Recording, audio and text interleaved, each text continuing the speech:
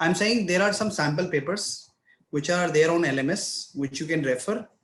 While attempting that, you will get an idea that what sort of questions are there, what could be the pattern, and what should be the question and answer look like. Okay, so that's what I was referring to, because Vasu asked that what could be the pattern, and so that you can refer to in the LMS itself. Yeah, Simar, can you please explain the test of equal variances, because I could not recall exactly when to use this method. Okay, so I'm just making a note of your queries and then I'll answer one by one. So test of equal variance is where you want apart from that. One way ANOVA, please. Okay, one way ANOVA. The email that you have sent, it has the Excel sheet, went through that, but don't we have any slides for yesterday's training, or you'll be sending it together today? I have a slide, but that slide only has one slide each for each test, wherein it has given some kind of explanation. But yes, I will give it to you. I haven't used the slides for the training, but yes, there isn't any extra material that which is not there. But yes, I can send that to you also after this training. No problem. Thank you so much. Okay, so test of equal variance, one way ANOVA. What else? Are we good with the remaining tests? Do we know when to use what? Are we able to understand the inferences out of the test that we did yesterday? Okay, so it looks like we are confident. Yeah, can I request? It is clear, but yes, the practice is required. Yes, same thing. Practice is required from my side. Yeah, similar. Is there any way in which you can give some sample scenarios for which we don't know anything about it? We have got the data and we know what we are looking for. So from hypothesis creation to doing all these tests as per, picking the correct data and correct test type and then doing the data, etc. Can you provide us some exercises on that? So we'll have the data and we'll have what we are looking for, and then from hypothesis creation till the analysis, and we can do. Okay, so there is an exercise file which I've shared last time, and this is the same raw data that I use for doing all these tests. So you can use that for doing that analysis. If you don't have, I can resend it to you, and you can use that data for doing these kind of hypothesis practice at home also. You can make those changes in the data, the numbers that you have, and then you can look for more variations as well. Okay, but yes, the data exercise file that I've sent is good enough, which you can use to do the analysis. Yes. So yesterday, if I just go back, can I request everybody to put yourself on mute? Anytime when it is required, probably then you can unmute. So test of equal variance is, we have already mentioned, Rahul. So we will be covering that as well. You mentioned that in the chat. Just saw that. So okay. These are the tests that we have covered yesterday. Including correlation, chi-square. We haven't covered one sample T and one sample T. We haven't covered one sample Z. We haven't covered Mann-Whitney, Moore's median, test of equal variance. BLR is something which we'll be covering today. 2P test is something which we'll be covering today as well. So let me write what all tests we'll be doing extra. So we'll be doing a regression test today. Okay. Apart from that, we'll be also doing gauge RNR hands-on. Okay, so we'll be doing these kind of tests today. So now the question that we have is the test of equal variance. Okay, test of equal variance is a hypothesis test which is to be done when your y is continuous and your x is discrete.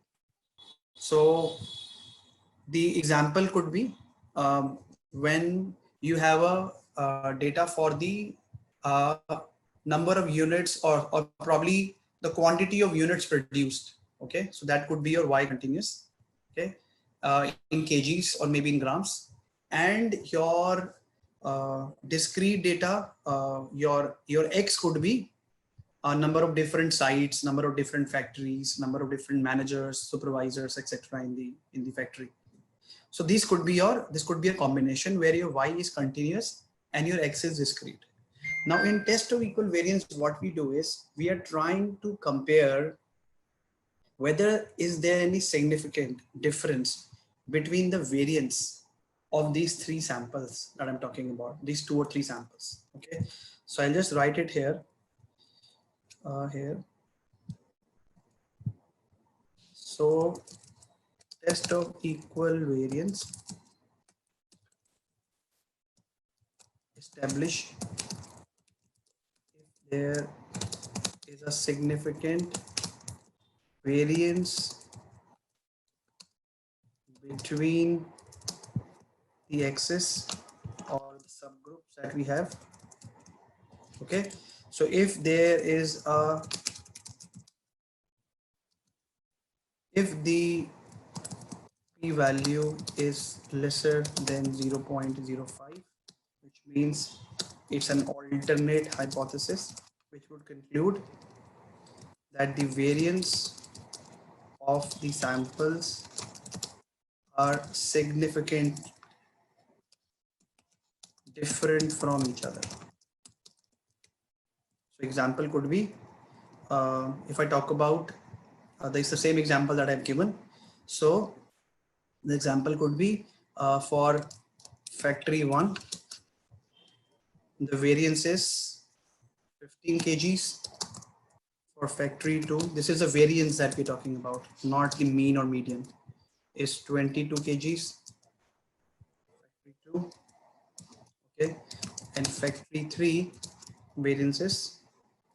Okay, so looking at these variants, we don't know whether these 3 values have any significant difference, because 15, 22, and 44 mathematically might be significant, might not be significant. It all depends upon the data.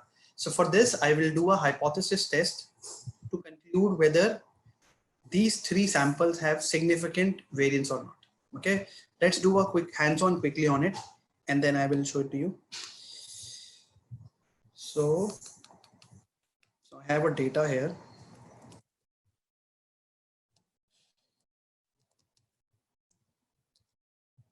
I'm just putting it on Minitab.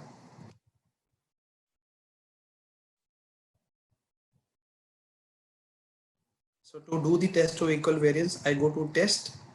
Okay, I go to ANOVA.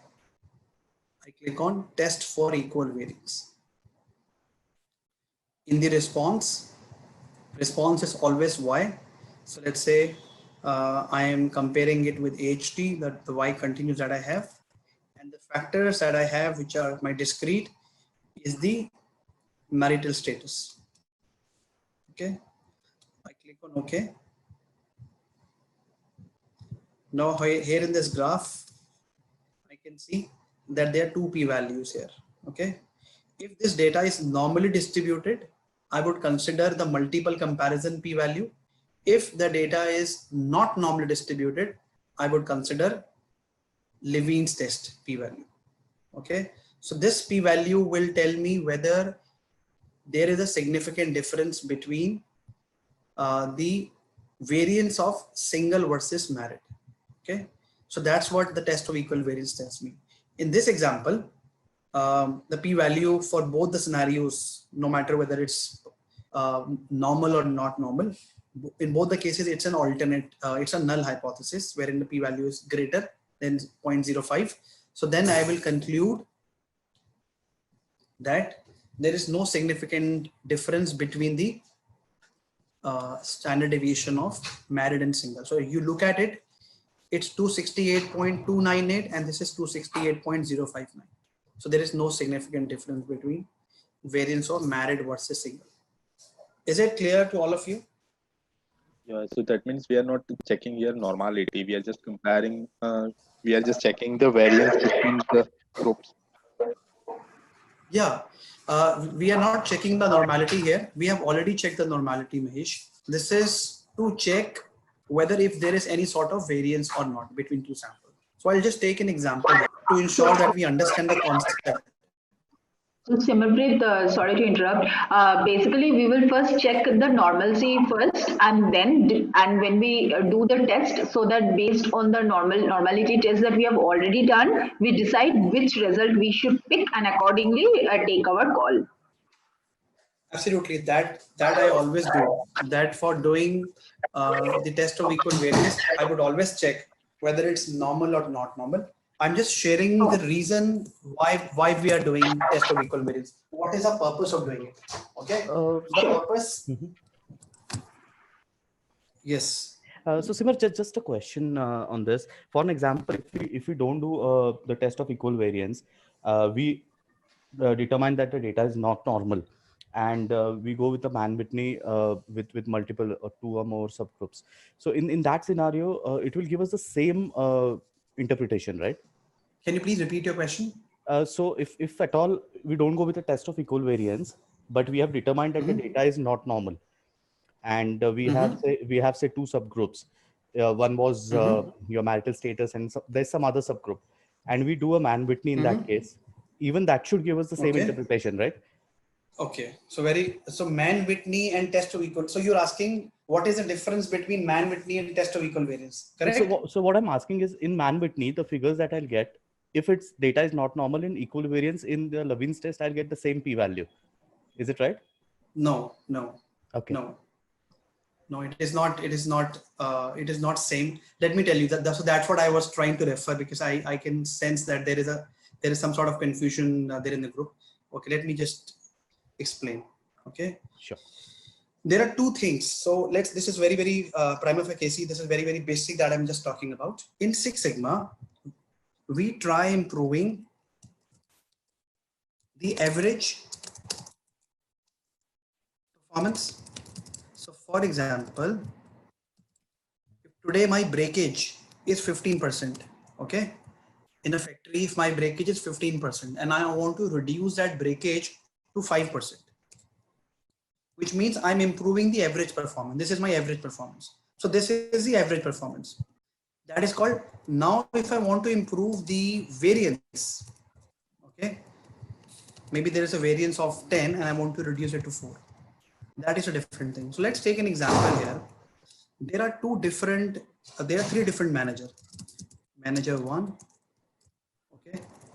So I have their